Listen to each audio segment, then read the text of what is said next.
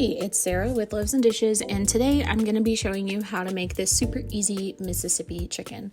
This is a super simple and delicious dinner recipe that's ready in like less than half an hour. So I've got a package of chicken breast, and the chicken breasts are pretty thick, so I'm going to do what's called butterflying them, although I'm going to cut them all the way in half. Basically, you're like cutting them in half like a hamburger bun, I guess. And then I am putting those in my Instant Pot. And I'm going to do this with all of them. You could use whatever cut of chicken you wanted to. Chicken breast works fine. Thighs would work well. You could probably do legs or bone-in chicken as well. You would just want to possibly adjust the cooking time. Just because, the cooking time can change a little bit depending on the cut of meat that you're using. And this, if you use an entire package of chicken, this makes a lot of food. Like, it just makes a whole bunch.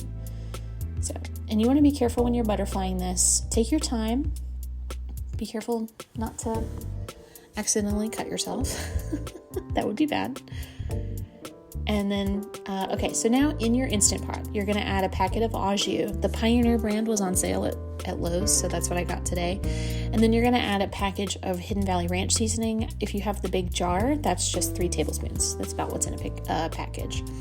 Then you're going to add some pepperoncinis. I added 3 or 4, and then I added a little bit of the juice as well. And then you're going to add some chicken stock. I added about 1.5 to 2 cups.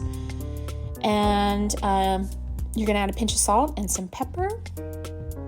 And then I'm going to add an entire head of garlic. I just cut the top off and toss that in the pot. You could also add some carrots and celery if you wanted to. You could add some bay leaves, garlic powder, onion powder, any kind of seasonings that you wanted, but that's it.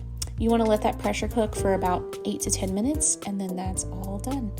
If you want to see more recipes, be sure to check out Loaves and Dishes, and thanks for watching.